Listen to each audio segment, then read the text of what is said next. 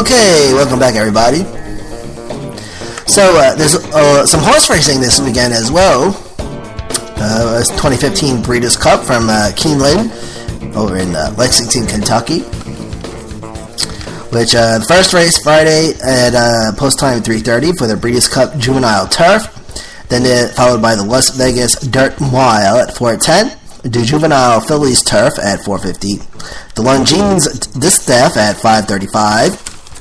And that's for Friday. And there's also horse racing on Saturday, Friday and Saturday. The Hans Winery Juvenile Fillies, post time 12:05 on Saturday, with a $2 million purse, 1 1/16 miles on the dirt. There's the Turf Sprint at 12:45.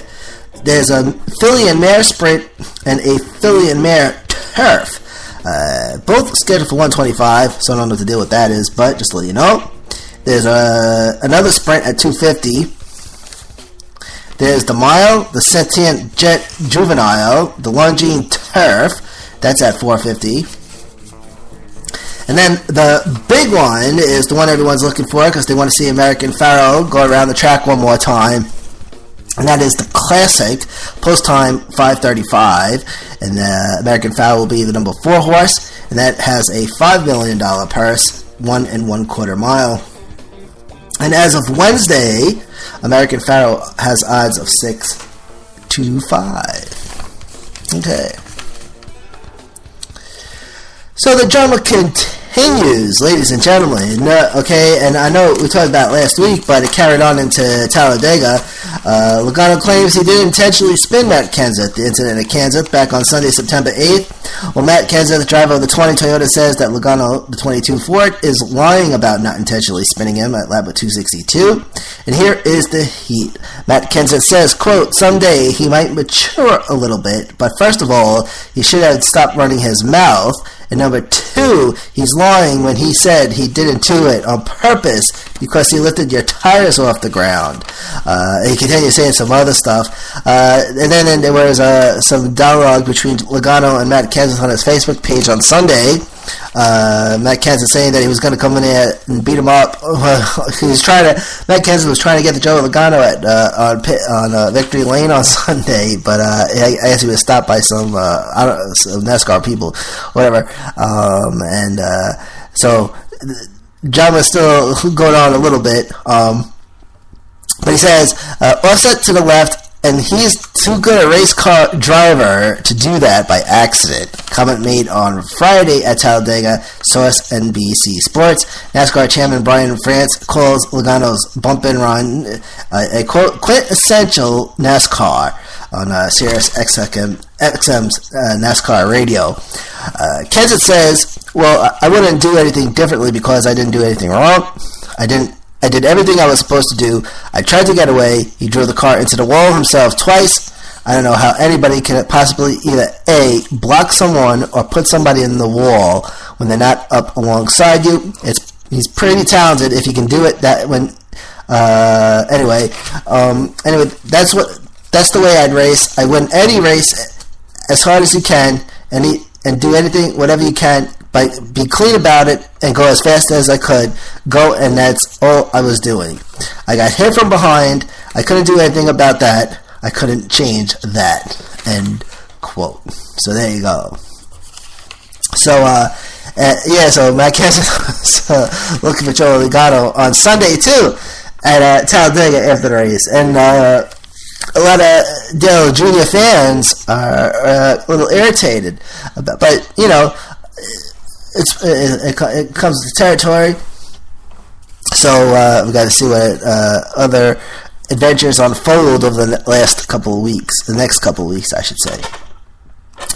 On Saturday, during qualifying for Talladega, NASCAR has informed Stewart-Haas Racing to correct their radiator assembly, specifically inlet duct panels. This is for all 4 Stewart-Haas cars. The reasoning is that the radiator assembly inlet dual panels did not conform to specifications. Discovery was made on Saturday, October 24th, during pre-qualifying inspection. Tony Stewart-Haas Racing feels the 4 of Kevin Harvick, the 41 of Kurt Busch, the 14 of Tony Stewart, and the 10 of Danica Patrick. And 51 and 15 2015, an incident at qualifying for the 51, Justin Allgaier, the 51 receiving damage due to a crazy incident. Clint Bowyer, the 15 car, backs into the 51, Justin Allgaier, on pit road, making his way back to the track for a qualifying attempt at Talladega. It was accidental. Repairs were made to the 51 car, and Allgaier had to start Sunday's race at the rear. Allgaier says he never experienced anything like this, and Clint Bowyer says he feels terrible. And a collegiate pit crew, college athletes hitting the pit box, story from pitbox.com. College stats for 2015 approximation, college athletes on pit road.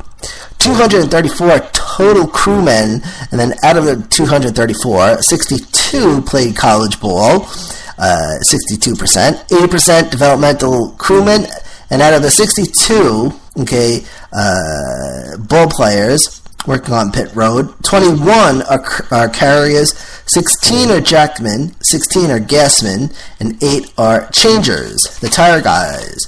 And out of the 62, 49 played football, 8 played baseball, and the last, which was 79 and 13%, and the last 8% of that 62 were made up of basketball, wrestling, and soccer. And the breakdown by teams: Hendrick Motorsports had 16, Joe Gibbs Racing 8, Stewart-Haas Racing 5, and Michael Waltrip Racing 5.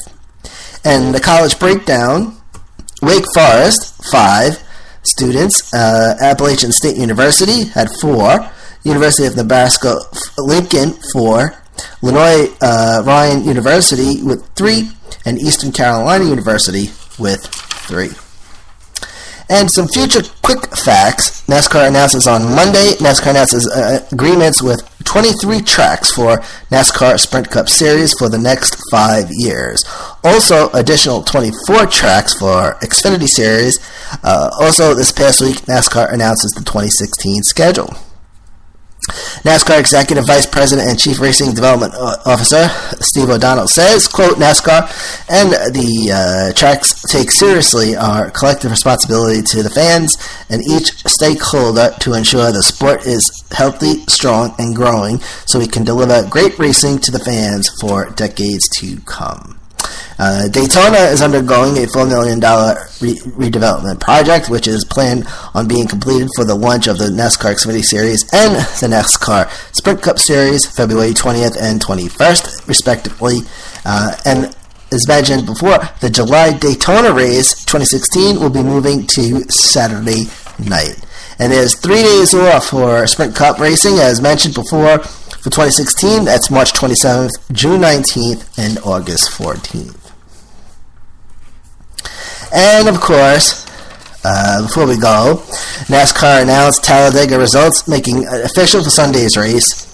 Stating from NASCAR, quote, NASCAR has worked to review an extensive amount of material from Sunday's NASCAR race in Talladega, including video, team radio transmissions, and downloadable data. Based on that review, the race results are considered official as we prepare for the upcoming 2015 chase for the NASCAR Sprint Cup Eliminator Round, starting Sunday at Martinsville Speedway. 5 cars are being got inspected this week at the NASCAR R&D Center. The 22, the 88, the 18, the 31, and the 98. 22 car, the winner Joe Logano. Runner-up, 88, Dale Jr. The 18 car was driven by Kyle Busch, was inspected because the 18 was the final qualifying car, qualifying for the Eliminator Round. The 31 car was inspected because that was the first car not qualifying. 31 driven by Ryan Newman, and the 98 car driven by Michael Waltrip was picked at random. And Kevin Harvick, the number 4, was not charged in the final wreck that brought out the final caution. Kevin Harvick responds to the incident. Time for Harvick's side. Kevin Harvick responds to the incident that occurred on Sunday. Harvick came out on Tuesday at a 20-minute media appearance, and Harvick says, I didn't cause the first wreck. I definitely don't believe that I caused the second wreck either. So it's just one of those situations where I did the best I could on the restart to get going, and I got out of the way. And he continues saying, I never really even saw the 6th car until he was by me and doing what he was doing. It was just one of those situations where you can't stop. You have to continue to try to let it play out, and it really did play out. At the final restart, the number 4 stops out of line, according to this, and then the 40 and the 42, Jimmie Johnson and Carlos get into the grass. But the 78 got into the 42, so that was a little too clear. Because that first, I always saw it as the 42 and the 48 going into the grass. That was it. So nothing too crazy. And then on the last caution, right after the restart, the 4 taps the 6, and then after that was a chain reaction, and then there you go. And that caused the yellow checkered finish, and that's that. So now we're going to head for Martinsville for some short track racing for a very long Saturday afternoon, some overtime at the office, so get your TV viewing chair ready and your snacks, okay?